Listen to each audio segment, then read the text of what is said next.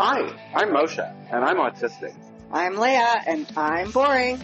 Welcome to the Now You Know One Autistic podcast.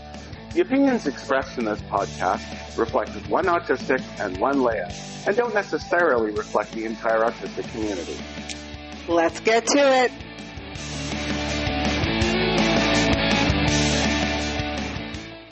Hi, how are you? I'm all right. How are you? I'm great. Awesome. So we have some special guests today. Do you want to introduce them? Sure. So, as we mentioned last week, we have Adam and Becca here with, I guess, your account on TikTok, the Study Show. But I mean, why introduce them when they can introduce themselves? Absolutely. Why don't you go first? What? Why me? Oh, I don't know. I guess I'm being polite. Oh, Go ahead, please. I'm Becca, and Hi, Becca. hi. I Hi. don't really know what else to say. Like, where you're That's okay. from. Oh, yeah, I'm I from, like long walks on the beach. but I don't like that. It's What do too you do? hot. You have a and really bright. cool. You have a really cool podcast. I started Oh, to listen yes. to it a little bit. Yes, I really like plants and poisons and how the human body works and Ooh, Adam, watch out. biology and stuff. Yeah, but yeah, it's a strange interest, I guess, but it's something I've always loved. I have my own garden, not of poisons though. Not with a dog and a child around. I don't play with fire like that. So, but I do enjoy talking about them and researching them and that kind of thing. So, but I'm also a writer and I like to include those kinds of things too, but I kind of make up my own. So it's like fantasy. And so I have some of my own made up poisons that I include in my stories, and just kind of the research helps. So yeah, it's fun to do that. She's just about to finish her first book. Yeah, it was kind you were saying that. Yeah, it is kind of finished. It's just I'm trying to remind myself that it doesn't have to be perfect before I send it out because that's what the editors are for. But it's really hard for me to show it to anybody without it being perfect. But then again, I'm never going to know if it is perfect unless I do that. So that's annoying. But yeah, I like writing. Yeah, perfection's a topic we're going to talk about today, actually. Sure. Yeah. We get to it, hopefully. This is a really exciting episode for us because we've been trying to get in touch with Adam and Becca for a bit, or I mean, I thought I was, but I'm not so good with the consistency. Anyway, I'm really, really glad that you guys are on, and very special episode. So, Adam, tell us a bit about you. What do you do? Yeah, so I'm Adam, just turned 40. I'm been married to Becca for, is it 12 years now? We got married in 2012. You're going to make me do math? So yeah, 12 and a half. Right. I am a physical therapist by trade. I do home health care. Becca is also a registered nurse. She's also a certified teacher. She's quite accomplished. Just not using either of those right now. Right. She's a professional stay-at-home mom at the moment. But so I'm born and raised here in Augusta, Georgia, just like my wife is. Matter of fact, we're both born and raised and still live in our hometown. I am amazing. I'm a massive baseball fan. I played baseball up into college, and I'm still a massive fan today. A bit of a gamer. You're really good at this. Right. Well, I'm extroverted and neurotypical also. So this is all very much right up my alley.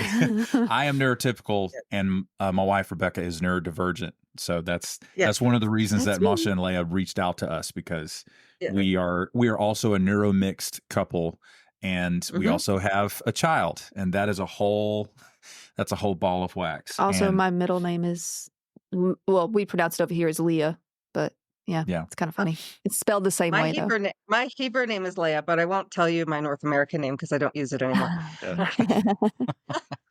But that dovetails perfectly into what I was going to say, which is our listeners know what we're about. But the reason why we reached out to Adam and Becca specifically is because they're a neurodiverse couple with a child, but they're essentially a mirror of us. So the male counterpart in their marriage is neurotypical. The female counterpart in their marriage is neurodivergent. And they have, I believe Moshe told me, a neurotypical child, as far as you know. Well, yeah, she's actually being screened soon for possible ADHD though, because her Mhm. teachers have some concerns. And she has a really hard time focusing. She's also incredibly picky, and Mm. she has this thing where she runs back and forth constantly. It is, and I've asked her why she does it, like because she basically paces, and she's like, "Well, it makes me feel good," and I'm like, "Okay, I'm just going to store that information for later." Right. But Yeah. yeah, and she's incredibly smart, but I think she's in the gifted program at school for math, but she has a really hard time staying focused. And so I'm trying to get that figured out before she gets to a place where it's so much harder. Yeah. So, because Absolutely I just don't want her to unsurprising struggle. with Yeah. with Adam, So, our 10-year-old, I don't know, around 2.5, we started seeing things, and we actually struggled with that a lot because I don't know, he's really cute and he's really personable and he has these big blue-green eyes and he just looks right at you and he smiles and hugs people, and the experts, I think, still think that somebody with neurodivergence has to be staring at a wall and, like, drooling. I hope that's not offensive, but no, it's Right. yeah. true. And they kept telling us that there was nothing wrong with him, and I kept saying, "He can't sit still, he can't keep his clothes on, he wears long sleeves in the summer, and he wears short sleeves in the winter, and we're Yeah. using foods every day, and he picks up something squishy off the floor and he vomits. Doesn't seem normal to me." Yeah. So that was part of our experience. But we were lucky enough because he's a boy, he got a diagnosis at 4.5, but he's still not fully diagnosed. He's definitely ADHD. They won't screen for that before 7 or 7.5. He's Mhm. now 10. Circumstances have led us to move around the world a lot, so we're just looking at that now, Yes. actually. Yeah. Yeah. Yeah. And I had a hard time growing up because my mom would get phone calls home about how I wouldn't sit right, and how I I was always talking at inappropriate times, or couldn't sit still, and all these other things. And there's a certain, I think, expectation. And I've always had trouble with like eye contact and social stuff, but it was always for being a girl and being verbal. They just thought like, oh, she's just shy. But then Mhm. once I got to like middle and high school, it became increasingly overwhelming. And I think I was eventually diagnosed with panic disorder, because what was happening was I was having basically meltdowns at school, and Yeah. I didn't know what that Moshe too, actually. was. Yeah. So they Right. called it that. Moshe But too. Moshe yeah. too, until this day, he's on medications that he doesn't need because they prescribed them when he was a teenager and his physical body is addicted to them, but Mm. he Wow. doesn't Yeah. actually need them. Yeah. Yeah. I mean, it's really great to share experiences. The first time I saw a doctor was when I was 16 because I would go through bouts of just uncontrollably crying all the time. And they didn't really know why. And I had started a new school. My parents got divorced when I was around 4. And I went out to live with my dad when I was about 16, and they put me in a brand new school. And it was a school that was built for about 1,500 people, but it held about 3,000. So the first day that I was there was just these massive crowds of people coming at me, and I panicked. And I spent a lot of time in the guidance counselor's office, and they thought, well, he's just adjusting. It's a new environment. It's a new school. It's just a lot of people. Maybe there's just like an acclimatization period. And then when I couldn't acclimatize, they decided that they were going to have me checked. And this was in 97. 97. This was in 97. The year he chose to be away from me, Kill Surprise. Yes. So in 97, a bona fide doctor told me, well, if his problem is that he's panicking, then we have to do something about that. So Mm. they put me on anti-anxieties and antipsychotics, and it just never got better. Right. So She had the now same the other course. thing is that Yeah. he was properly diagnosed by a psychiatrist in Canada who said, "No, you don't need any of these. You need a stimulant," which he Hmm. took, and it instantly cleared up a lot of the anxiety and panic and inability to Wow. think and inability to function. But nobody's willing to touch the other meds because they're like 20 years deep and he'd have to go to sort of a special program or whatever. For Is me, it like, it was really okay. So one of the things that I do want to talk about is I encountered, much like a lot of adult diagnosed autistics encountered, the question about why does it matter? And that's what they told me. They said, well, you're an adult and you have a job and you have a child and you have a wife. What does it matter if you get like a label? What does a label do for you? Yeah. And I said it actually does everything because it sort of justifies my entire life.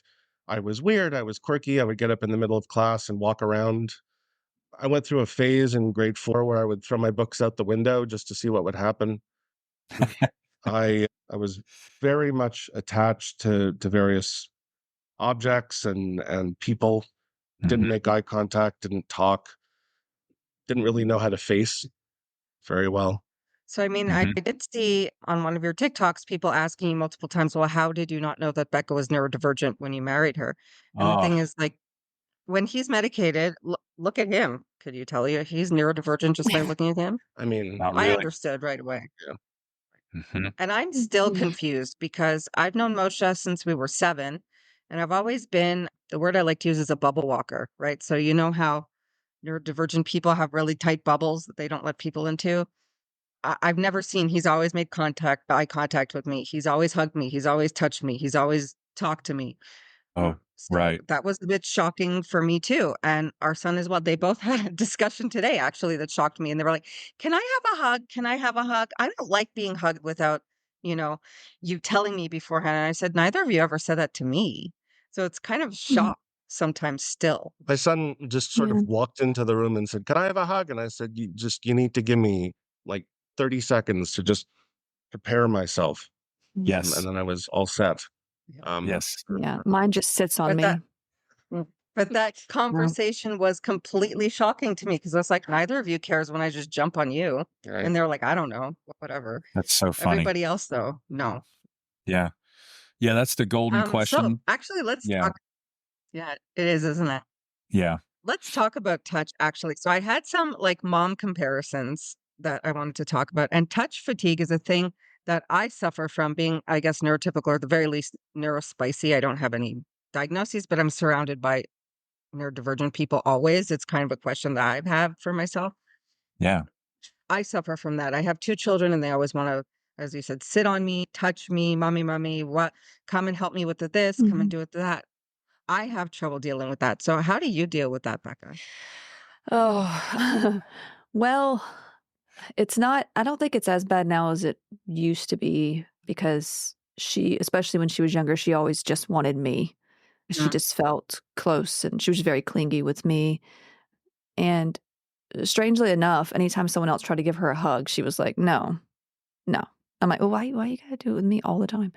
But I would literally come upstairs and get in my room and close the door when he got home just to get a good hour to myself. And that was always hard because I also felt guilty because she would be upset that I would go upstairs. And so it's like I trade off, the fatigue for mom guilt now. And exactly. And she just that's performs exhausting self-care when too. she goes upstairs like this. She has to have that. I just sit in a dark room. That's right. Sometimes, or she has to have that low sensory input, breathe. Alone time to recharge. I don't like bright lights or anything like that. And Camilla is like, these days, she'll still come and sit on me, but then she'll kind of recognize that it's like a bit much and she'll slide off because she's a good 50 pounds now. So she's heavy, but she still likes to be carried everywhere. And I've had to learn to, and this has given me some mom guilt as well, but I've had to learn, like, when she is upset or she is just sort of dealing with something, she'll say something like, well, you know what I need. And that's code for I need a hug. Because she doesn't like to ask just for a hug. And I'm, oh yeah, okay. So, so I immediately will go and give her a hug because I do want to, I do want to show her affection and be there for her. But sometimes it's not on my radar when she needs that. Because sometimes I saw another one of your TikToks where Adam was actually defending you and saying, Mommy gives hugs all the time. Are you getting a lot of people saying the opposite or negative things about your mothering? Because that to me is unacceptable. Yeah, here and there, like I feel like I have to make sure people know that I don't neglect my child because for some reason people see like a Yeah. 60 second video and they immediately have all these assumptions of, well, she must never like, oh, her poor child, she must never give her Course. affection, or her poor husband, like she hates you, bro. He gets that one a lot. And part of it No, too is it's my not. yeah, and part of it's the touching, but part of it's also my facial expressions are pretty Yeah. I was just gonna say, emotion, I neutral. instantly got that. You're just not facing. Right, And like I he don't That's doesn't right. sometimes either. yeah. He looks at me sometimes because I have to unmask some time. Like I can't be facing the time. Right. Yeah, and it's I think it's harder when you have kids because something has to give when you're already putting forth this other energy to parent. And like I know we have one child, and I think I've realized pretty quickly that was my limit because I can't. Right. It's really hard to, and she's a very high energy child as well. So trying to meet all her needs, I couldn't imagine like trying to split that between her and another child. It's extremely difficult to raise children, all things being equal. Yeah. It will require the best that you have for the entirety of your life. It's the hardest job you'll ever love, is what one of my parents used to say to me, actually. That's it. And so when you throw in something like neurodivergence, where bandwidth is not the same, I mean, you have to make adjustments and, come up with strategies, find ways to hack this to where, a neurodivergent partner doesn't end up drowning. Yeah, she's much more extroverted than I am as well. So I try to make sure she has play dates and stuff. And then I usually need about a day to recover from that because you have to talk to the parents and stuff, right? It's just that and like having the other kid over or whatever. Like it's basically having two 8-year-olds that are screaming and it just becomes a sensory overload situation. And I'm trying to make sure they have fun because they're kids. And I always remind myself, like they're kids, they're not going to have this time. Let them be kids now because when they grow up, they're going to have to do all this other stuff. So I want to make sure that they're having fun. And of course, it's summer break now. So it's like the routine that I did have, which I try to keep a nice routine because it just feels safe. But there's all these things that change throughout the year. Like, oh, summer break, kids home all day now. So guess what? Your routine's out the window. So yeah, Moshe struggles with that too. We've had to put certain rules in place. The neighbor kids were coming over all the time, and there's 4 of them, and they range in age from 5 to like, how old is the oldest? 12, 13. And he eventually had to say, you can't come over during this time, this time, this time, and this time. And our children can go to you, but you can't be here because it's just too much. Right. So we understand that one for sure. I like that you brought up mom guilt, Becca. I didn't put that anywhere, and I kind of feel dumb for not, because it's totally a thing that I suffer from as well. I think that this is more of a male versus female thing rather than a neurodivergent thing, but Moshe never gets that. When I tell him I feel so bad that I didn't do the blah, blah, blah, or I'm such a bad mom, he goes, what are you talking about? You're the best mom in the world. But I think that's more of a guy thing, right? It's more of an autism thing. It's more of a guy thing. I don't understand things that I think they don't make sense. Emotions are difficult sometimes. Yeah.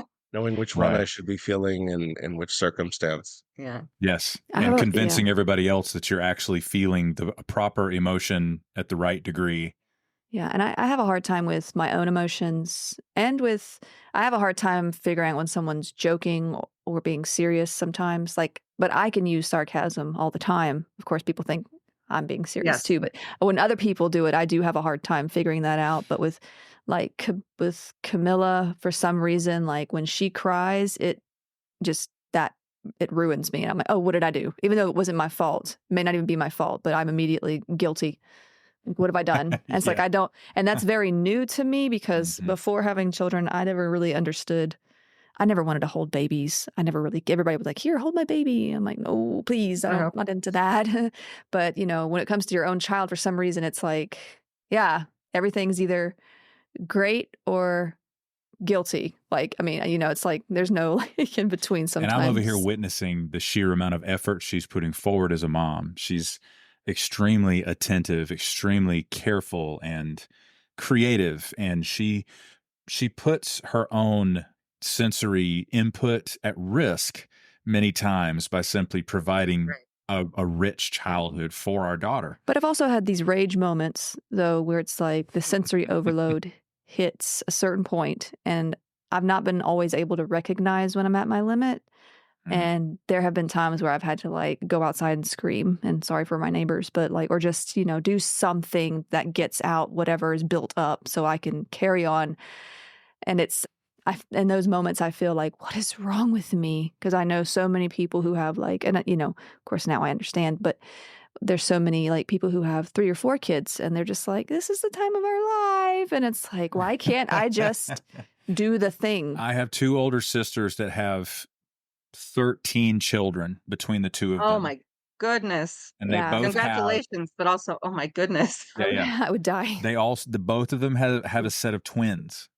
So they are just, I've been drowning in kids since I was 17 years old.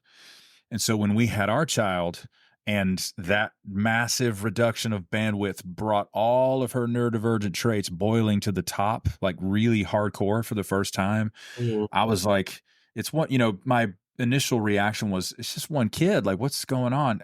I had no idea, We were also moving at that time.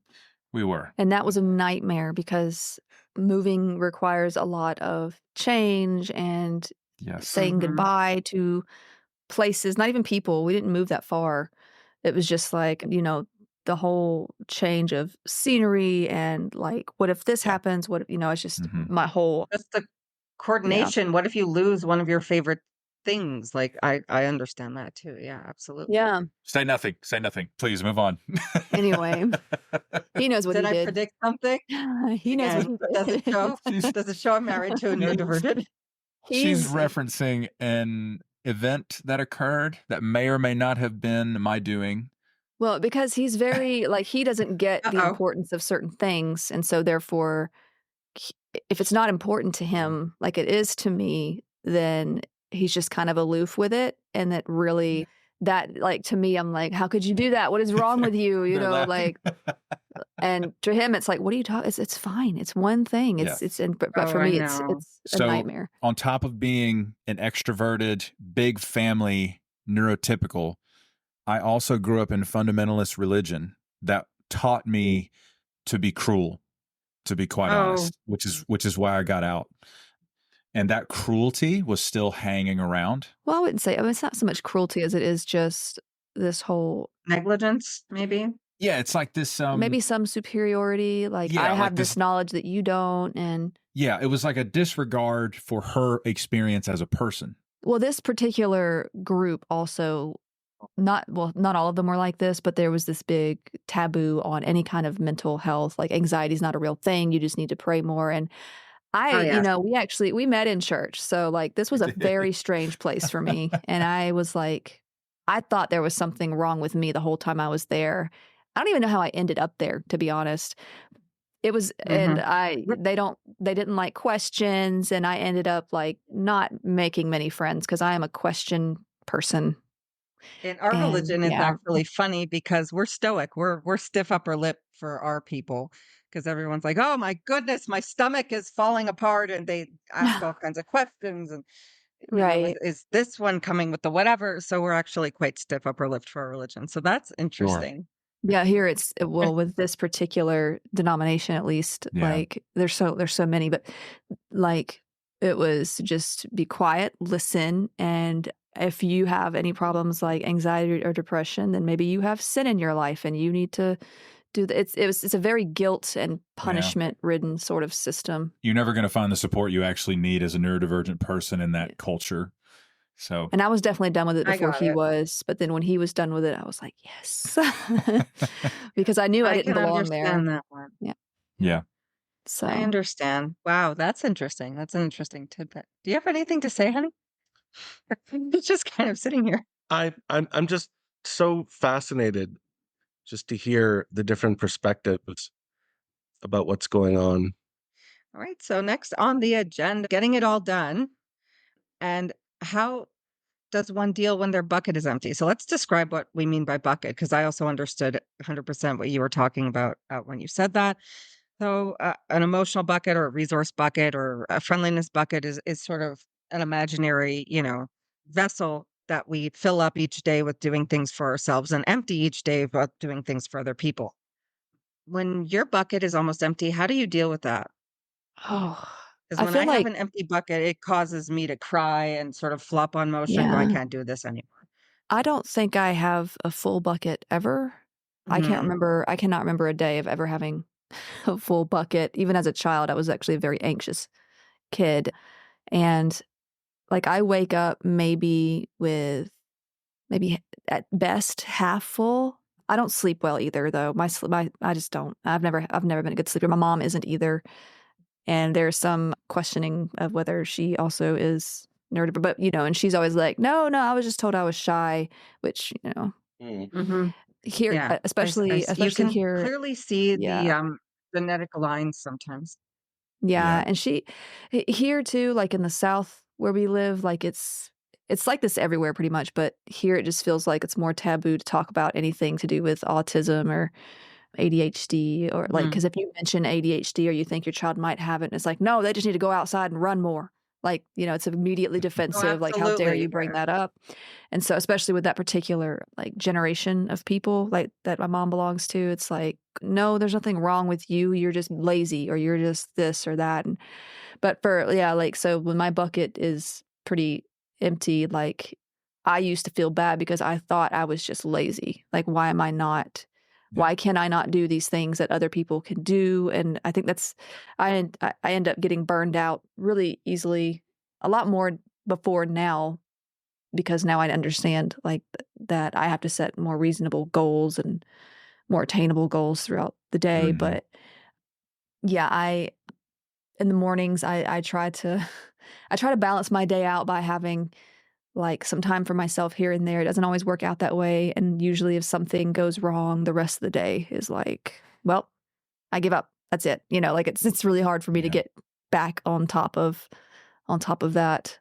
But When she reaches her limit, I actually try to consciously step in and give our daughter what she needs. Basically, just make enough room where Becca can steal away and be by herself if Yeah. at all possible. Yeah. Because now I understand what her brain is doing and what it actually needs or not doing. or not doing Or what not her doing. brain actually what her brain actually needs to recharge and try to get something back in the bucket because tomorrow's coming whether we like it or not. Yeah, and there's like if I've been to say the grocery store, that is a whole job for me. And it feels like it shouldn't be, so of course I feel guilty for that. Like why do I have so much trouble just going why am I so exhausted after grocery shopping? Like I literally can't do anything else the rest of the day if I do that. And it's very frustrating but I think that's also the reason why I really had a hard time with working. Like I used to be a nurse. I mean, I still have my nursing license and all, but I still have nightmares about working in the hospital and just trying to keep it together. I would have breakdowns in the bathrooms. I just couldn't it was such a high-paced environment and I felt guilty then not being able to keep up and like, why can't I? Because I would be there extra hours just doing my documentation because that had to be perfect too. I needed to make sure that everything was Right. documented perfectly. I needed to make sure and then like I would wake up the next day. Did I give that patient that water that he asked for? It's not the biggest deal, but to me, it was like one more thing that I didn't do and I couldn't do. And Mm-hmm. I would have like 5 patients at a time, and it's just like Right. before half of the night is gone, I'm in the bathroom crying and freaking out, and why can't I do this like everybody else is doing? And it makes her brilliant at that job, but at the cost of her own sanity. Like because she is so Of good course. at attention to detail and being careful and attentive to everything to do with a patient's care, it absolutely exhausts her. So she's really good at the job and it's not sustainable because she's only ever going to be in the bathroom having a meltdown. And I've learned too the hard way that there's not much appreciation in that field. So it's like you can do Yeah. everything perfectly and people are still going to be like, why didn't you do this? Why didn't you do that? And Right. for me, it's Why like, didn't you oh, I bring must me not my be. book? Yeah, I must not be doing my job correctly. It makes it even worse. And then for some reason, I thought maybe being a teacher would be easier. And this is before I had a child, but I always got along with children a little better than adults. Like for some reason, I was able to sort of understand them better than I did adults. Like it's just much, I understand them better. You know, I still play video games and watch cartoons and love stuffed animals, and we just vibe with each other better. But there, you know, when you're supposed to be managing about 20 of them in a classroom, and you also have all these other jobs that you're supposed to get done at the same time. I think part of it is the multitasking. I really have a hard time with multitasking, even though I wish I was like, I want to be good at multitasking, but it's almost an unattainable thing for me without It's losing hard my too mind. because women are expected to multitask. Women Yeah. are Yes. expected that their brain just works this way. And so And I feel a I lot am of the shame. multitasker in our relationship. Yeah. And that, I think, just goes without saying. And also, I think there's this view that women have to take care of men. So when Moshe needs my help, people don't really look at us weirdly because it's like, oh, well, the wife's taking care of everything. The difficulty we have in our relationship is actually kind of opposite to what you and Adam have, or what it appears anyway, is that I also have my own issues. I have an anxiety disorder. I have a bona fide panic disorder. So I also have, you know, half bucket. Sometimes I wake up with no bucket. And then who takes care of that? Yeah. That's right. Me. Yeah, he does actually. He's a Mhm. superhero. He can't, but he does. Well, I had Wow. to. My experience was, unfortunately, it was not the most pleasant. When I was about well, after the disastrous experience I had in when I was 16, my father sent me back to stay with my mother, and she really got sick of me after that. And then I was kicked out and living on my own when I was about 17. Wow. And I'd never done anything on my own, really. I didn't know how to budget. I didn't know how to wash a dish or use a broom or a mop or washing machine. And I just kind of had to figure it out on my own. So I Brutal.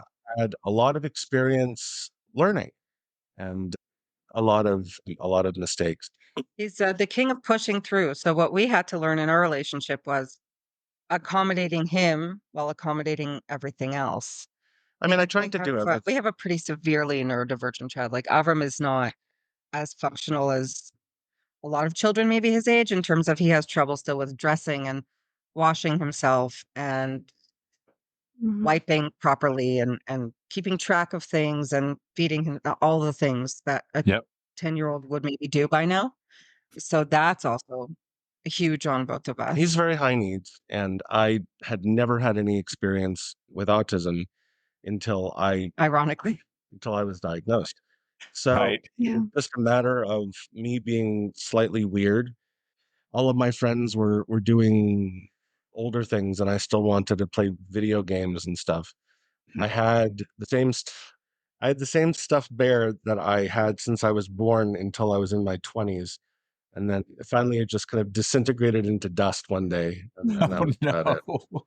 Yeah. That's so sad. And Yeah, we have that. You see, we have got the squishmallows and stuff. squishmallow. Yes. But, We have like 10 of those. I have my they're wonderful. Never go anywhere without a stuffed animal. no. So I Yeah. didn't actually know what I was good at because I never knew what I was meant to do. And I didn't really learn a lot of life skills. So I just kind of went from job to job. And I got a lot of stories. I was really bad at pretty much all of them.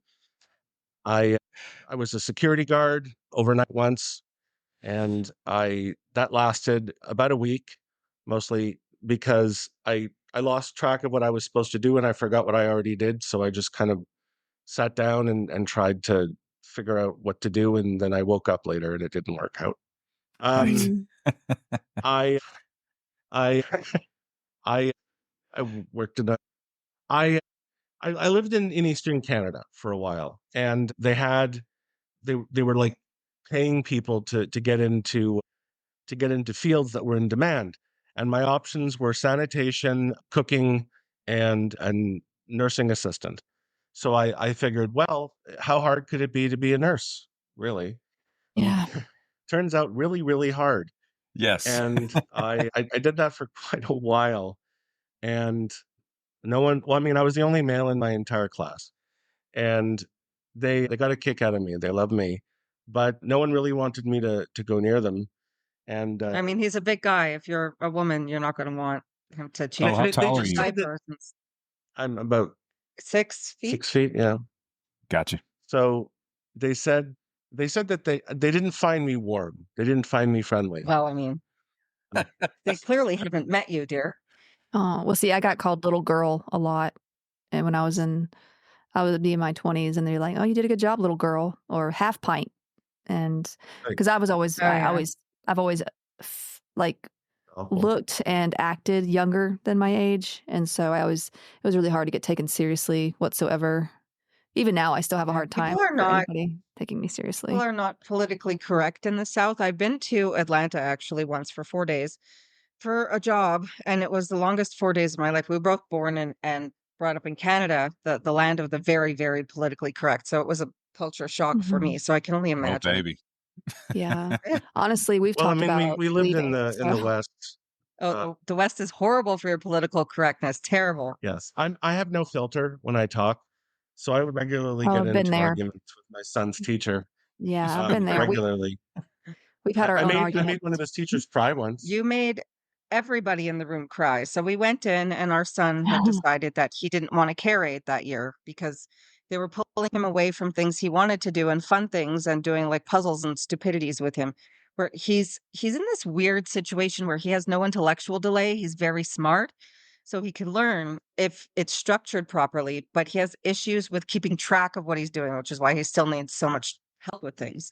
Yep. And he didn't want to carry it that year. And I said, Moshe, maybe we should just do the carry. They're bugging us to do the funding. Again, Canada just throws money for funding if you have a diagnosis. And he said, no, he doesn't want it. So we went in and they sat us down and they did the whole thing that they always do. Okay, Mr. and Mrs., our last name. And this and this, we noticed this and this with Avram and that with Avram. And I was like nodding and doing my usually, okay, I've done this before. I understand. Because when I walk into any meeting at the school, there's usually a boardroom full of people. It's actually kind of fun. There's a psychiatrist and a psychiatrist for the psychiatrist and a social worker for the social worker.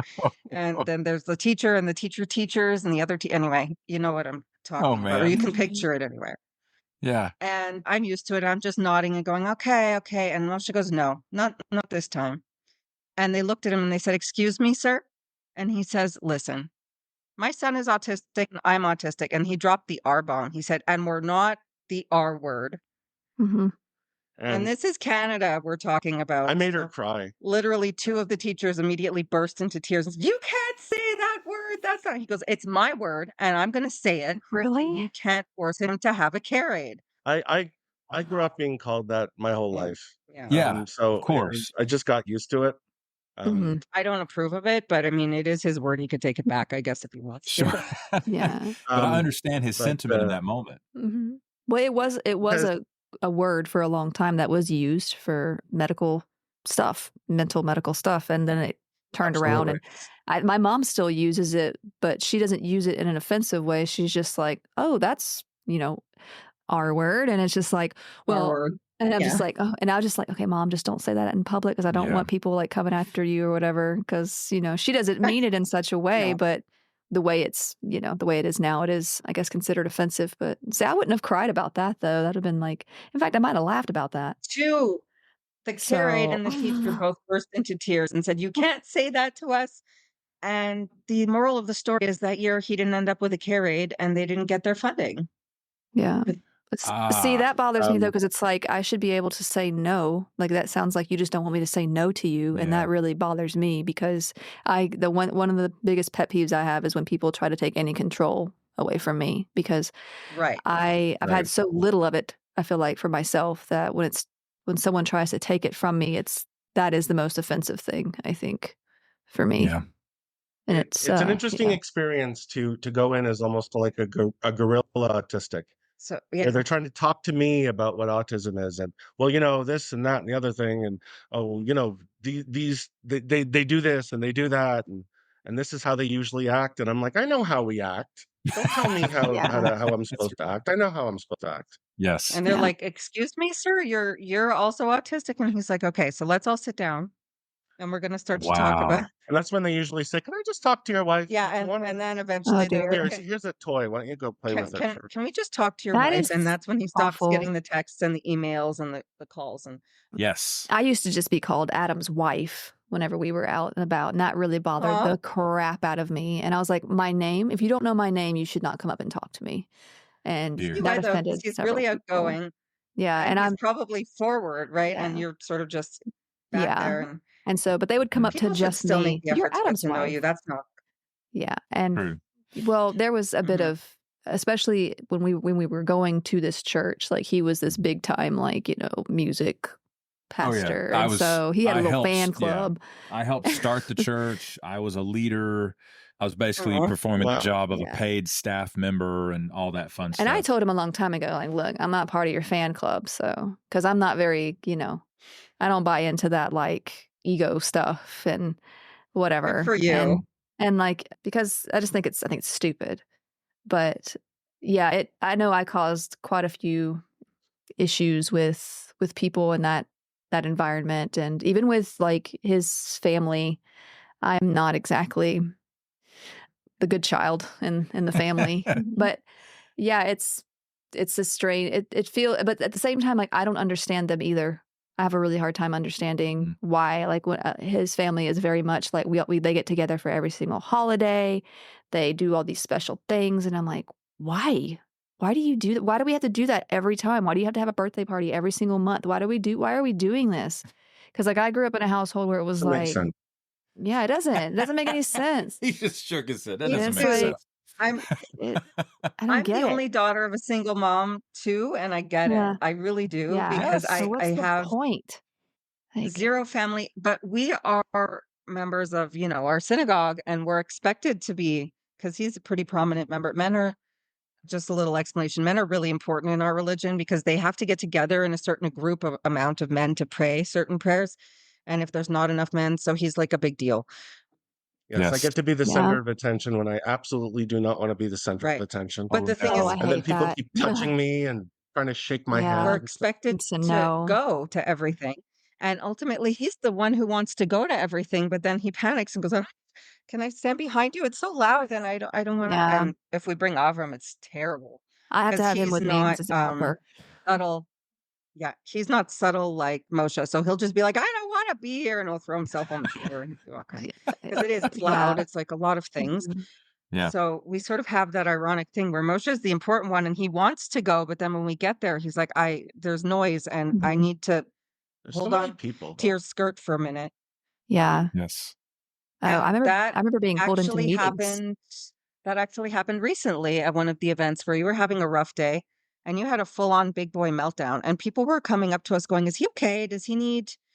It was hot. We're in Israel, so it was really hot outside. So does he need, emergency services? People didn't know, and I was like, "We're fine. Move along." It was a kids' event. They let the kids go in the ambulance and turn on the siren, and I was like, they need to stop doing that because I'm gonna have to leave. Yeah, it wasn't an enclosed space. I didn't even understand because it was an event for special needs kids. That's how we got invited. It was for Avram's little group there. Wow. And he just had a full-on big boy meltdown. And people were concerned and people were asking me what's going on. Well, that makes it worse. Nothing. Could you please go away? Yeah, exactly. So I'm sort of a barrier there because I'm not shy to tell people that, my husband's fine. I know what he needs. You need to leave now. Thank you. Yeah. We had like actual, like, and I know like the churches we've been to, there are these things called greeters. And it is like, they've always been my worst nightmare. And it's like, you have to shake everyone's hand. Yeah. And like, well, we went to one event and they had greeters outside the door. Like usually if they're inside, I can avoid them. But if they're outside the door and like immediately him and another one of our friends looks back at me because they know I'm in trouble. They immediately they already know. And I'm just like, I literally was like this the whole time. And one of the guys was like, "Don't worry, we won't touch you." And I'm like, "You better not." Like, because I'm not having it today. Yeah. But it's a very uncomfortable thing. And I grew up with a very independent like mother. Like she is, my friends used to think that she just hated men. And I mean, she does though. She kind of, I mean, she has reason to. She has reason to. All the men in our family have just been kind of awful. And they really have. It's extremely unfortunate. But she is the kind of person that can do everything by herself. She doesn't need help. And I have that in me too a bit. And it's like, I don't do well. I've never done well with like teamwork or like, oh, find a buddy, that kind of thing in school. And so everybody always just thought like, oh, she's just a loner. She's just kind of weird and whatever. And she does these weird things, but that's just because she's weird. But if like, I feel like if it were like, I don't know, say a boy in our class that was doing it, they'd be like, oh, well, he's got, he has autism or he has ADHD and I worry about that with like, if Camilla has ADHD, like I worry about people just calling her other things. And because I'm worried about, they do these crazy tests starting at 3rd grade here where it's like, it's a lot of pressure on 3rd graders. Like they have, it's timed and it has to be, and that I hate timed things, first of all. Yeah. And no, I know I can't do time. Yeah. And so I worry that she already has a hard time just sitting through these classes that take a long time and sitting and just, she's been in tears before where it's just like, she hates it. So like, I'm like, if I could just get maybe some sort of accommodation where she could get up and move around during these tests, get some energy out, get some like run around, because they're even shortening their recess like to 20 minutes instead of 30 minutes. And it's like they're 3rd grade, they're children. Yeah. And that really bothers me because I'm worried that she's going to have a lot of problems with that and maybe get kind of behind. And this is just my anxiety coming forward, but No, yeah, you're right. So accommodations are key, which is, again, when you were talking about work and Moshe was talking about work, if you too had been accommodated a little bit more, you might have been able to do a little bit more in terms of working. And it should start in school. I agree with you there. Yeah. But I think really too, like I got pushed into that sort of field too, because it was like everybody was telling me like, well, you need to do something in healthcare because that's where the jobs are going to be. And you need to do this, you need to do this, you need to do this. It never occurred to me that I should try to do something I want to do. And I've always loved writing, but here it's like people are like, well, that doesn't pay the bills. You got to do something that's going to make you money. And like when I was in college, I actually enjoyed college because like I had a syllabus, I have a syllabus. I have a whole schedule worked out for me. I know when things are supposed to happen, when they're due and all these things. So college wasn't that difficult for me because I could also just avoid people if I wanted to. It was different than high school because high school you're trapped in groups of all these people for long periods of time. But in college, you kind of make your own schedule and stuff. And so I was like, oh, I could do this. So I stayed in college for a good 10 years. I just didn't want to leave. And because I finally understood what I was doing. And then when I got out, it was a complete disaster, I feel like, for me. My college experience was cut short, unfortunately, in the worst possible way. Because my mother was an elementary school teacher. And I went back to school despite not being mostly functional. And I met the most amazing teacher who taught history. And history is one of my passions. So we would talk back and forth and she would say, you need to get into this. You need to go and you need to teach history because everyone else in the class is a slim. In this year, in this day, this is what happened and stuff. Yes. I can't. And so I decided, you know what, I'm going to go into Middle Eastern history. And I went to Western Canada and I went to Simon Fraser University. I hate this story so much, but I went to Simon Fraser. I went to Middle Eastern history, and the way that the prerequisites were set up was, for whatever reason, you needed to study Middle Eastern history as a general topic before you could focus in on Jewish history. So I was sitting in my history of Islam course when 9/11 happened, and the professor stood up and said, I don't think I can teach this course anymore. And everyone just walked out. We're aging ourselves here, but yeah. And I said, wow, this is very inconvenient. I was in high school. I was in high school when that happened. So you were so disappointed that the class had to end that day. And that was the end of my college career. It was so devastating for me. I just couldn't. Like he just quit the whole course. He's like, not just the class, the whole course ended, I'm guessing. Yeah, they were just like real. They were just like, yeah, we're not doing this anymore. Yeah. Who's going to teach the history of the Middle East during that time? It didn't go well. That was so. pretty much the worst course to be sitting in during 9/11, I thought. Yeah. I mean, It we're couldn't have basically been. living the history of the Middle East now, so it's okay. Yeah. Right. Well, I was in high school when 9/11 happened, and they just put it on TVs in every single classroom. They stopped teaching and just put it on the TV. And I get it, it's history in the making or whatever, but it was incredibly overwhelming because everybody starts talking. It's these people. It's these people. I'm like, what are y'all talking? Can we not do this right now? And it was just very overwhelming. But yeah, I was in I think 11th grade at that point. And there was a lot. I really have a hard time, I think, too, I know with autism, there's a whole justice thing too. And it really bothered me that people were like, it's these people. It's these people. I'm like, you don't know. You're in 11th grade. You don't know. You don't know exactly. anything about the world. Stop accusing people. You don't even know these people. So. I actually remember it was a Tuesday, and I'll tell you why. Because I had arranged my college courses so that I had a Tuesday off, and I was at home, elbows deep in my chemistry book when that happened. So wow, yeah, I actually remember that. Let's do some dad stuff. We haven't covered dad stuff. One thing that was interesting to me to compare is how a neurodivergent dad versus a neurotypical dad provides support for mom, right? Because as Becca said, it's a lot of time, it's all mommy all the time. So what are some of the things that you do versus some of the things that you do? Well, I have a unique talent in that I can pretty much fit into whatever role I need to fit in. If the kids want to play video games, I can play video games. If they want to do board games, they can do board games. I'm basically ageless. So you just kind of give me a role and I take it. And it's really interesting because when she needs support, I have to sort of make sure that I have enough resources to get going. That's right. Yeah. You have to have something with which to contribute. Yeah. Well, she gets because upset. when she needs support, right, I need to be able to provide it. And I'm the one who often needs support. That's so right. I have to sort of fill a double role. Right. Yeah. But I mean, I feel like I'm a good dad. But we do, again, as I stated, we had to learn how to accommodate that. So Moshe will say, okay, I'll do this now, but when we go to bed later, I need you to hold me for a really long time. I'm like, okay, can do. Well, see, I'm the opposite. Example. I cannot be comforted. I have to be I have to be in the bed by myself. I'm like, just leave me alone. Don't touch me. Don't. I have to, I don't know. I think, and it's probably the way I grew up too. Comfort had always been kind of a thing that I had a hard time with. I had a hard time comforting any friends I had. They'd just be crying and I'd be like, I don't know what to do.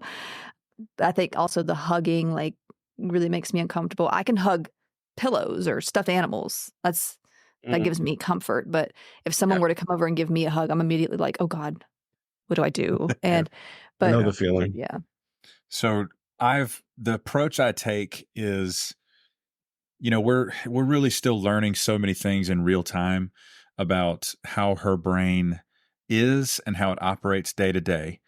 And so my approach is, you're really going to have to worry about, I'm going to really going to have to worry about my needs at the bottom of the list, because we're kind of torn everything down as far as philosophy and, neurotypical living. I'm kind of tearing it all the way down to the foundation and rebuilding it one step at a time. This is what your wife needs. This is how you meet her needs. And this is what you need to do for your daughter to meet her needs as well. And, just one step at a time, trying to rebuild that, because I've come into the situation with a neurotypical script. Our first child was born, I was 31, 32 years old. So I had 32 years of scripting where I had a whole, hard drive full of expectations, and none of those things are applicable. And so I've tried to understand her, first of all, understand what kind of a toll it takes on a neurodivergent mom to be a mother, and also try to perform self-care, and just try to figure out, what do the people in this household need from me, because that's what I'm going to do. And then after the fact, as we build our, as we build our taxonomy of needs, so to speak, we can become more fully featured, I suppose you'd say. But right now it's about, I just try to funnel Camilla's energy toward me. If she is at her limit, whether it's helping her get ready for bed, fixing her a meal, getting her dressed, taking her somewhere, literally taking her out of the house and going somewhere so that Becca can have the house to herself just for an hour or two. That's a big deal. It's been really hard though, because she is very clingy with me at She certain doesn't points. want to do that. And she doesn't wants want to go just with me somewhere. Well, part of it too, I think, is I've made I wouldn't call it a mistake, but she sees me also as a playmate, because like I do play Roblox with her. I do all these things with her. And she also sees Dad as more of the authoritarian type, because mostly because of the way you sound. I'm the bad cop. Well, no, because you have a certain tone of voice that I don't have. And so as soon as you say something, you're yelling at me. Right. And another dynamic is Camilla, again, is extremely extroverted and a super strong personality that takes up a lot of space in the room, just like me. She's also very sensitive. She's also she's just like me. I'm also that way. It's very deceptive. But Camilla can exploit her trying to figure out her own self-care needs, because kids do this. Kids push our boundaries. Right. They want to know where the line is. And I'm over here like, okay, I have to be your dad. I also have to get you back to the center of how you're behaving, because one of us is not playing with a full bucket most of the time. And that can be exploited by a child. I'm more likely to be the one that barters and bargains. Totally. She'll let me know. Please just give me a minute. I'll give you whatever you want. I'll come back in the evening. Absolutely. Yes. I'll come back in the evening and they'll have gone somewhere and accomplished something that was good. Yeah. And I'll be like, oh, that's cool. And she's like, yeah, had to take her for ice cream. That's how I got her to do it. But then it's hard though, because when you come in and try to get her back there, she'll come to me as a sort of referee. Daddy said it. And I'm like, oh yes. I don't want to do this. It is a common refrain. We have surprisingly a similar situation where Moshe is the authority figure. Yeah. Despite his challenges in terms of not being neurotypical, because I'm just not. That's not my personality.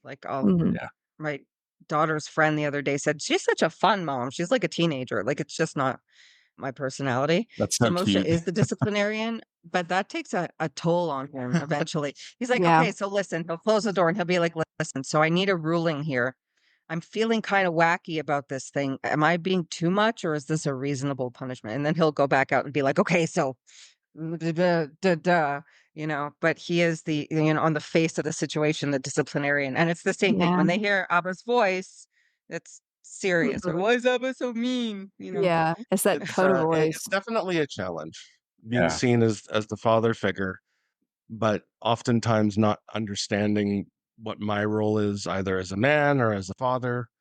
And especially being around other dads, because men are really handsy, that they're always trying to shake your hand and interact with you. And I went to our daughter's school and all the men were talking to me, and I was like, can you just give me a minute? Yeah.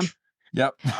It was very cute. I ended up sitting at her desk and going, what should we do? What am I supposed to do here? She said, well, the other dads are doing that, so you should go and do that. It was really funny because he came home and he goes, I think he's made a friend. I did. And I said, do you have his number? He goes, no. And I said, what's the name? He goes, this name. I said, I have the mom's number. I'll arrange. I'll arrange the daddy play date. And grabbed my hand before I could say anything, and then introduced himself. And I said, I think I just made a friend. I think it's my friend now. I'm completely unsure, but I think I just made a friend. Well, I always make friends by accident. And then the ones that have stuck with me are just really good friends. And they going out to a social event together is like going on a safari in the jungles of Africa, and I am her guide. But that used to be you used to be really big into that, and that was really hard for me. And I think we had a lot of misunderstandings, and I would get really grumpy because I was empty at that point, and you would just you didn't understand why I could not do those things. That's right. And I don't think at that point I was even ready to hear, even though I have a doctorate in a medical field, I don't think I was ready at that moment to hear, maybe from an expert even, hey, your wife's brain is not the same. That's really the issue. Well, again, you were talking about breaking down those expectations, and your expectation as a socially outward person is that my wife's going to come with me to things and we're going to do things together. And that's something that I struggle with as well. I was actually going to bring that up. You said how your Mm. needs are very low on the list, and sometimes I feel that way too. So how do you be the best support person you can while still making sure that at least some of your needs are met? Because then when your bucket totally empties, who does the things? Yeah, I mean, I would still call myself a person of faith, and I Hmm. just have faith that because the both of us are trying to work as a team, that because the evidence of her, like, she will intentionally, this is this is a completely learned behavior for her. She may be touched out, very tired, bucket almost Mm. empty. She will hug me because she knows this is how I show love to my Mm, partner. And so it's right. moments like that are like, okay, yeah, we're doing this together. I'm trying. Right. Moshe and And I actually struggled with a thing where he would give me what he thought I wanted. So he would be expending energy on doing things that he thought I wanted and yes. Mhm. not giving me the things at all that I wanted. No, I had that So trouble his too. perception was, Yeah. okay, so yeah. So you bring your wife coffee and you smile at her and that's fine, right? And I was like, no, you need to like hug me and kiss me. And Mhm. that took a long time to sort of figure out. Wow. Yeah, that's something we've had to deal with too, because he's Yeah. much more of a like for him, like showing love is more like a physical thing for him. But for Absolutely. Mhm. me, like I'd be perfectly fine if you just brought me coffee and left me alone with my Switch or my iPad, and like that's Yeah. just. And so I've had to learn like it has to go through my mind though. I have to be like in the room with him and be like, you should give him a hug because he's stressed out at the moment and that's what would make him feel better. I'm like, yes, okay, I'm going to go do that. So it Mhm. has to be like I have to think that out. And it took me a while, I think, to do that because a lot of Mhm. time, I think it took me a while, but it also took me being on medication because before that, Mhm. all the anxiety was at the forefront of my mind, not anything else. And so it's constantly, what about this? What about this? What about this? What about this? And I still do Yeah. deal with the anxiety, but it's at least kept it under control so that I can actually think about other things. But it's still something that I'm learning to do. And he's been really helpful with giving me space and time. And he's been very understanding about all of that. And, and it's been, because I'm trying to figure myself out too. Because It's true. because I always thought like, oh, I do this for you. Why don't you see that as love? I do this for you. Why don't you see that as I Mhm. literally washed your clothes for you. I did all this stuff. Yes. I got you this stuffed animal, which you probably don't like because you don't Isn't like that stuffed love? animals. Yeah. But Yeah. like for me, I would love it, but I have to There's understand he's not genuine me. effort has been Right. expended in all those things. Yeah. But it's all Right. it's The similar reason to Yeah. the reason I brought up the coffee is it was a genuine argument we had early on. I Yeah. said, "You never touch me when you pass by. You rarely kiss me." And he says, "I brought you a coffee and I looked at you. What more do you want, woman?" that's Yeah. right. Hey, it's hard to look at people for me because like you have to like I have to think if I'm going to hug someone, it has to go through my mind. Otherwise, it's just not there. It's just not at the forefront of my mind to touch anybody and if somebody touches me and it's somebody that doesn't normally touch me, I'm like, what did you just do? Like I have a hard time with Yeah, that. her brain literally revolts Yeah. against the thing that I Mhm. need to in order to feel love. Yeah. It doesn't make any sense. And but we've gotten better with it. But like the friends that I do have, they will literally be like, hug, no hug. What are we doing today? And like, so they've actually been really, and for me, if I know the person well enough, I'm fine with it. Like I know it's a thing. It's going to happen and I'm okay with it. It's the like sudden, Unfamiliar. unprepared, like, oh, I'm a hugger. Come on in. No, please don't. Mm-mm. That's hard for me. That and small talk. I don't do small talk very well either. Oh, I just love Yeah, that. I can't. I really, He physically Don't even revolted. get me started.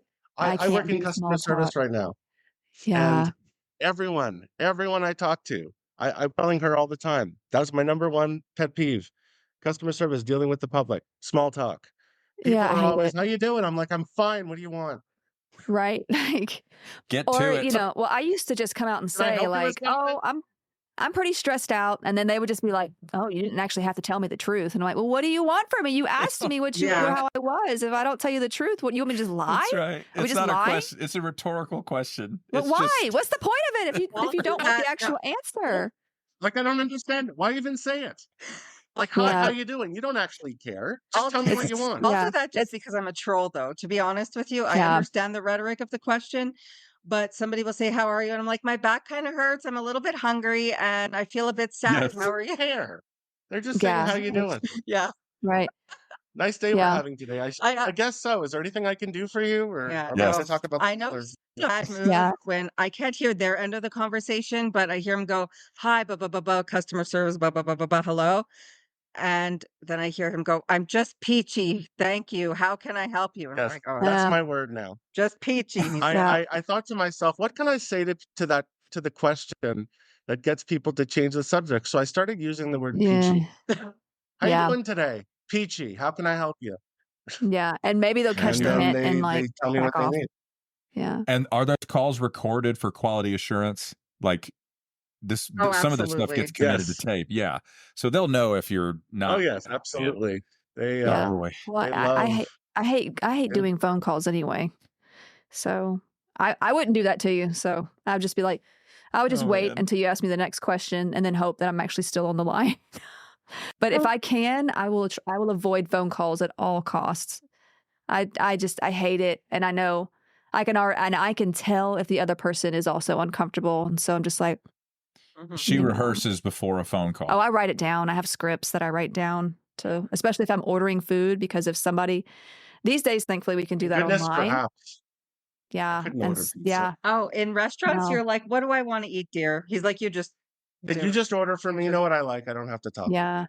I That's usually like the same right. thing, or like if we go to a fast food place, which our daughter right now, she's super into like McDonald's and Chick-fil-A, and it actually hurts my stomach, but I'll go Mm. with it. But she like I literally just text him, like I'm sitting right behind him, but I'll text him because I'm like, you need to order it right, but I don't want to like say it while the person's talking. It's a whole thing. Mhm. Yeah. Yeah. So our It's a daughter, nightmare. actually, that just brought up a funny thing about our daughter is that she's obviously like in the technology age and she has a smartphone. And if somebody calls her, she'll almost literally throw the phone and be like, "What kind of psychotic calls anybody? Yeah. Why did they just No. text?" Text, yeah. My ringer is always off, and I have a cool ringer. It's like the Zelda ringer, but at the same time, it's like I like the ringer, but I don't want to hear it, so I have it turned off all the time. And if Yeah. my daughter will turn it on to play a game, and if I hear it, I'm immediately like, "How dare you!" Like What a yeah, maniac. I can't. What are you calling me on my phone? What's going Yeah. on? His mother still calls me. I Yes. never Why can't you answer. text? Or when you text someone and then they call you. What kind of a psycho calls Yeah, people these days? That's what she says. It's really Exactly. funny. It's yeah. like, no, they'd be shocked to Let's know that discuss phones. Yeah. perfectionism. hmm Yeah, let's discuss perfectionism real quick. I say real quick because we always go over time. If you listen to more of our stuff, you're We going to hear do. every time we're like, "Oh, so we're going over. Quick, quick." When we first started the idea of this podcast, we were saying, how long should the episodes We be? were Like afraid we couldn't fill 20, time. 30 minutes, maybe? Like, I don't know. Well, we'll see We how were it goes. excited. And then like an hour and a bit later, we were like, are we still talking about dishes? We're the It same way was because a really I can't interesting stop topic talking about about what I dishes. love. Yeah. I love talking. What they use back to the nursing thing, I was a terrible nursing aide, but they would tell me just to go in and talk to people. I said, what do you want me to talk about? They said, doesn't matter. Just go in and talk to them until they fall asleep. No, it's true. He's got that Mhm. voice, though. His office used to be in our bedroom, and if I needed a nap, I would go into the bed and just listen to him talk to customers, and I would fall asleep. Because you can shut your Yeah. brain off and just talk. See, I don't know what I I'm saying half the time, but I seem to like it. see. I have to. Like he used to sing in here, and like I would close my door and be like, "Oh my god, like is he ever gonna be quiet? I need my quiet time." But like, and not that I didn't appreciate because he used to write songs, and I feel bad because he used to write songs about me, and like every girl is like, "Oh, Aw. look, he's serenading you. It's so sweet," and I'm like, "Yeah, it's all right. She could care less. I know. Not that I don't appreciate you. It's just, I just never, I guess, whatever. But yeah, I don't. I'm not in your fan club, okay? But see, I worked at night when I did nursing. So that's one thing I could avoid because most of them were either asleep or didn't want to see me anyway. So that was the only good thing about the job. Yep. So True. Perfectionism. What is this thing with perfectionism, Moshe? You did a video about perfectionism that really it resonates with me because I don't really even I don't understand how anyone cannot really. I did a lot of data entry because I noticed little tiny things like I hear sounds that nobody else sees, and I said that X is not exactly perfect, and I don't really know how anyone can do anything unless it's done properly all the time. So in our life, much like I assume yours, we can't move forward a lot of the time unless something is perfect. And Adam, how do you deal with that when you just have to get things done? Because I don't deal with it well. Yeah. I'm not going to lie. I'm like, okay, it's good enough. Give me the thing. Let's go. And he gets quite upset, but I don't know what else to do with 2 kids and 2 jobs. So one time, I'll tell the story quick. One time she sent me to the drugstore to pick up some stuff. Oh, yeah. Yes, the drugstore story. She sent me to the drugstore to go pick up some stuff. And while I was there, I decided I needed a new deodorant, but they didn't have the one that I really liked. So I feel like somewhere there's somebody looking at that tape of the security camera because I stood in that section and just stared, just a row of things. I'm sorry to interrupt you, sweetie, but I have to note that he already had 4 deodorants at home. I did because I'm not sure which one I want. And I just kind of stared at the shelf. That's the best way to if you are looking to distract me, ask me a question that is general enough to just get me. What's the best pet food? I used to manage a pet store. Don't do it. I was terrible at it. I used to manage a pet store. And so I researched everything about pet food. Okay, you need to go back to the deodorant now, though. And people would say, no, this is they intersect. They intersect. Okay. People would say, people would walk in all the time and they would say, what's the best dog food? And I was like, well, you could get this one because it has this, but this has 99% of the required protein. Now you can do 90, and when they would say, I just want the red one, but I just stood there and I stared at the deodorant for 45 minutes because I didn't have the one that I wanted. And in my head, I was thinking to myself, I can't possibly spend the whole day at the drawer. Because if I go home, like I'm going to have to go back to bed because if I could not decide on a deodorant at 10 o'clock in the morning, then the day is basically done because that was required for me to function for the rest of the day. Yes. So I just grabbed one and closed my eyes. Oh my God, the chaos. It's like decision paralysis, basically. Yes. You just can't. It is. I do that. Like I do can't that do with it. food. I cannot do it. Yeah, I won't eat lunch if nothing is appealing to me. And like, yeah, I do get hungry, but if I go downstairs and I don't see something I want, I'm like, well, I'm just not going to eat. That's just, that's She can totally skip a meal, no problem. Yeah, and then I'll have a headache and wonder why later. And I know that that's why, but it's I just can't do it. So I understand perfectionism to the degree that, like as a musician, we're sitting in my home studio right now. I've made a bunch of music in here. I've written songs. I've recorded, produced, mixed, and mastered and released them. I've been through the whole process. Amazing. You can get to a point with creative work where you're not making it better. You're just making it different. You kind of reach that threshold, Mm-hmm. And one thing that helped me was another songwriter and musician named Dave Barnes. He's based in Nashville, Tennessee. He said he did a podcast where he strictly talked about, special interest in music. And he said there is a gulf fixed between how we experience our music and how everyone else experiences our music. And you will never cross that. You will never experience your music the same way that other people do. Right. And you're a songwriter. Like, you do this to pay your bills. It's never going to happen. Right. So when you want it to be perfect, you're not actually achieving a better result for the listener. There's no direct correlation between those two things. But see, that's frustrating to me. Of course it is. So Yes, it absolutely is. But this is the truth of being, autonomous human beings who have different experiences of the exact same thing. I know what it's like to get super granular about, maybe I need to turn this snare drum up a half a decibel because it's not quite hitting. And it's like the listener doesn't care, man. They don't care. No, They care that the song. That's my No. And so that's my theory in life is good enough. Maybe I'm the only one in this whole discussion, but my theory in life is good enough because what is perfection anyway? Perfection is 100%. What's 100%? What's 100% to you is not 100% to me. Exactly. It's like getting a 98 on a test, though. Yeah, or a 98 on a. And I'd rather get like a 70 than a 98. Yeah, like, what did I do that I lost that 2%? So, well, I think one time I was really overwhelmed and overworked one semester, and I forgot to add in my title. I had it figured out, I had it written out, but I forgot to add it into my actual paper, and I was so angry with myself. I was angry at myself for months after that. So I got a 98 because of that. Yeah. So something you guys said in the episode that I listened to actually floored me. I think it was Leah that said the autistic brain craves consistency and the ADHD brain craves novelty.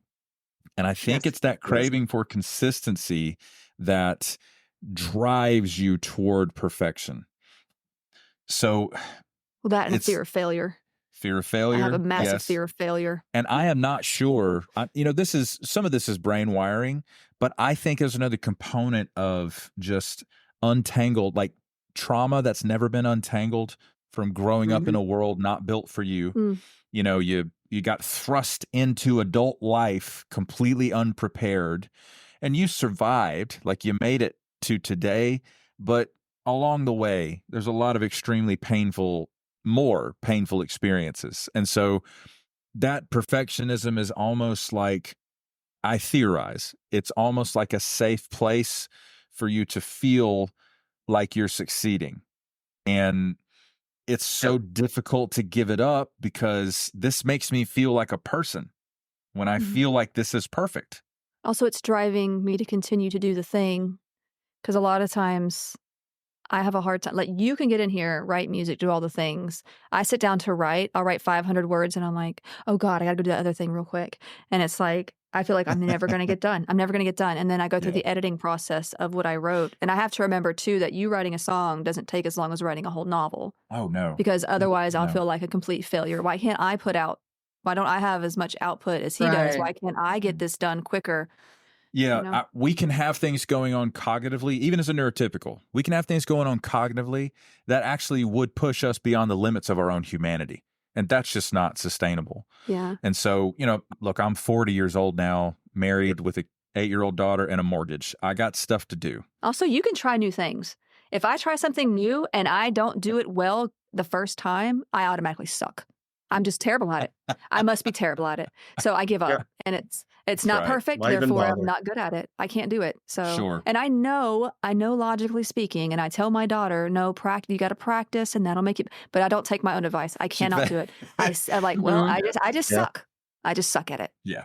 So to sum up, the perfectionism is it's a real cognitive driving force, but it's just not sustainable. Yeah. And I think the more, and again, I'm trying to give advice to people who live neurodivergent in the world. That does not occur in a vacuum. Well, we know it's not sustainable. It's not that we don't know that perfection isn't like attainable. Like, I know I'll never be perfect to some degree, but that's not going to stop me from needing it. Right. And I think drive is still there. Yeah. The drive is still there. Yes. And it doesn't, you can't really learn to pull that perfectionism into a practical context unless you got people in your life who are trying to help you, who are trying to support you. None of this, it doesn't, I'm talking about an ideal situation where someone who's neurodivergent actually does have support, the actual level of support they actually need. So it's, it's a whole ball of wax, but hopefully that answers the question. Something I learned from one of your TikToks as well is that neurodivergent people don't get that sort of squirt of dopamine when they complete something. Oh, And that shocked me because when yes. I successfully complete, when I close the last page of a book, I'm like, I did that. Like I feel super good about it. Or, Oh if Yes. I man. complete a meal, I'm like, look at that. That's gorgeous. And maybe it's also a case of you're just never done because your brain doesn't tell you, No. okay, whoop, reward, That's you're right. done. Well, their brain has never been in a posture of, I think I'm doing pretty good. Yeah. I feel like They've never actually felt that. I'm always trying to catch up a lot of the time. So Like, like if okay, I I finished this. Now what else do I have to do? Yeah, yeah, that's okay. caused a Well, lot or of like it's about caused a time. lot of Like took you so long. Yeah, I'm pretty strife critical and with myself. misunderstandings Yeah. between us because I'm the type of person who will be like, "You woke up, girly. Good on you." And See, I he's have just like never caught yeah. himself for everything. Sure. And you're Yeah. like, "Why?" Drive But to you hit snooze Yeah. once, so that's on Yeah. you. Well, you know, you've No, got all the day this. is over, really, at that point. Yeah. Yeah.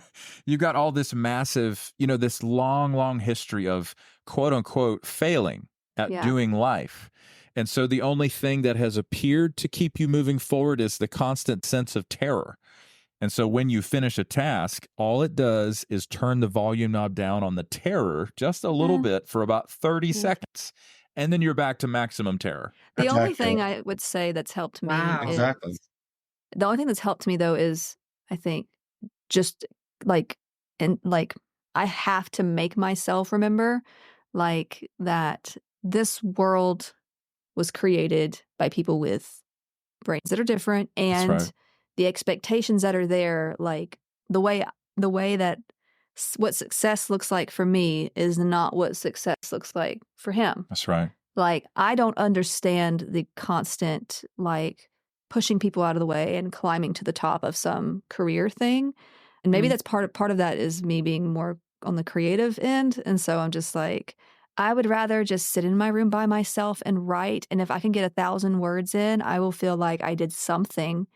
And like, yeah, everything, I don't know, like my idea of success just doesn't match up with the rest of the world. Yeah. But that really sucks because the rest of the world's not going to change for you. No. Well, So- those of us neurotypicals have not figured out how to make money off of your brain yet. And so you don't have the support you need. Well, I don't know. You get on TikTok and they're like, get this magnesium spray and spray it on your foot and Oh, yeah, you might yeah. feel better. There we There's go. plenty of that out there, Yeah. where I'm not saying that doesn't work for people. Some people do get their own little things and whatever. But Right. I do think that there are people that are trying to like sell things to Yes. neurodivergents, telling them it absolutely. works. And, what they really need is people who are professionals who deal with this more often. Support. Yeah. So But that's I mean, expensive. So this has been so amazing. I could talk all night, but we have to wrap it up, I think. I wanted to really touch, and this was more sort of a me and you topic, Adam, is bias and optics. So I've gotten it a few times. I feel like you've inevitably gotten it a few times that when Mhm. we're in a public forum doing what we think is the best or what our spouse needs, it looks like handling them or infantilizing them. And I've gotten some hate about that. Moshe's had some women offer to rescue him, which was fun. been there. We got a very strongly worded message talking about some really it confused me a great deal. Yeah, so that I'm abusive. And I Yeah. kind of made a joke at that point. I said, yes, absolutely, I'm abusive. Let me get the step ladder so I can climb up there and hit you. Like, Yes. Mhm. Yes. I can reach you Super on top abusive. of that high horse. Yes. I've got Yeah, some DMs exactly. similar to that. And I'm like, if you only knew, you would probably be running from me because yeah. I blocked someone and reported someone today for a harassing DM on Instagram just today. It's Yeah. very strange. The negative feedback that we'll get is always for me, how dare you, what's so funny? How dare you laugh at her? How dare you mock her and then Right. post it on the internet, Oh my etc. gosh. Yeah. Yeah. And And that's another yeah. thing. That's another thing. How dare they judge? Because this is not an easy life. Essentially, No. we've decided No. to make partnerships with people who we speak a completely different language from each other. It's not easy. Mhm. Yeah. And how dare they say we can't deal with that with a little bit of love and a sense of humor? Yeah. And for me, it feels, I feel like if he's laughing, then this is good. Like, because I don't recognize if I've said something wrong or not. But if he's laughing, then okay, I didn't say something crazy, right? Like, I don't feel laughed at. I feel like I have invoked humor of some sort, and that's always been hard for me anyway. So that to me feels good. That like, oh, I can be funny. You know, my face doesn't always fit how I talk, and sometimes my voice doesn't either. Like sometimes I sound very monotonous, and I never sound excited for things, but I also don't like inauthenticity. Like I'm not going to force myself to sound a certain way that isn't me. And so like I think people see that, and then they see him laughing, and they take that and think like he is just being mean, and he's taking advantage of her, and she's so naive, and she doesn't even see it, you know. And so I see in you a lot of what happens with us is that I see that you know Becca so well, and you want to help her so much that sometimes she's struggling to get the thoughts from here out here. So I'm pointing to my head, to my mouth. And I see that with Moshe too. And I'll often just sort of help him along or finish his sentence. And I get that can look like controlling, but it's actually helping. What the world at large to understand is they need to ask the neurodivergent how they actually feel about that. Yeah. Of course. Yeah, they make a ton of assumptions. There is only so much complexity that you can actually explain or display on social media. You can't actually show all these layers and all this personal history of a relationship that's, we've been together for 15 years now, almost. Yeah, married for 12 and a half. Yeah, and there's a lot of, you can't explain that in a 60-second video in an Instagram reel or what have you. And I understand, there's a cap. I understand that there's a cap on that. At the same time, I also, I heard somebody say a long time ago, 10% of all your criticism is free advice. So I've actually started to add in the captions on our post, hey, we both use humor to bring levity to a very challenging situation. Yeah, I need humor. I need humor or I will collapse because everything in my brain is always so serious and sometimes my humor can be rather dark and sarcastic, but that's just me. And yes, I have experienced depression, but no, I'm not in that moment depressed. This is just how I find humor in the world. And I'm not trying to be morbid or whatever. It's just, of course not. It's just easy for me to experience these emotions in those ways. Yeah. So it's important to have, I was just going to say, it's important to have longer form content where we can try to explain this stuff. But at the same time, there's another dynamic at play that I nicknamed digital psychology. People behave differently on the internet. Yeah. They say stuff and they pile on and get swept up onto a bandwagon in comment threads. And they say the most heinous trash you've ever seen that they would never say to my face if they met me, if they met us, somewhere out in public. So that's also at play too. And honestly, my rule for myself, if it's negative feedback in a comment or like if they're just trying to pile on, I do not respond to their comment. I don't like it. I don't reply to the comment. I do respond to the people who do understand. And I just don't waste my energy on any negative feedback really on the internet because you can't, you're never going to get where you want it to get to. Absolutely. We're open to criticism, but it has to come from a good place. It's true. And he gets all the comments. It's on his page. I cannot handle the notifications or I'm not going to respond because I barely respond to text messages. I'm just really bad about that. It's not that I don't appreciate people or whatever doing, it's just that he's way better with that stuff. And for me, if I get that many, I get overwhelmed if I have too many app updates. Like I can't, my phone disappears for like 8 hours and I'm pretty sure that's subconscious for me. It just goes away. And I do need to, like, the context of me receiving all this negative feedback is the fact that I work in healthcare. I work with people who are disabled for a living. I would never make fun of those people on the internet. I would never do that. Yeah. And I have seen some of the most heinous stuff you could not imagine because I do home health care. Well, theirs is more visible though. Like, of course, theirs is more visible and more invisible. You like these people that comment this stuff. I'm like, you should come to work with me because I have to come home and like hug a puppy because of how heinous, you walk into a house where someone has not bathed in days. Given up. They're a type 1 diabetic who has no insulin in the house. They have never checked their blood sugar. There's probably a drug deal happening in the backyard. Like, you guys don't know. If you think I'm being toxic, you should, you guys don't even understand what you're talking about to begin with. So that's the context. It's rough. I feel like anybody with two eyes watching your content could see the kindness behind it. Thank you.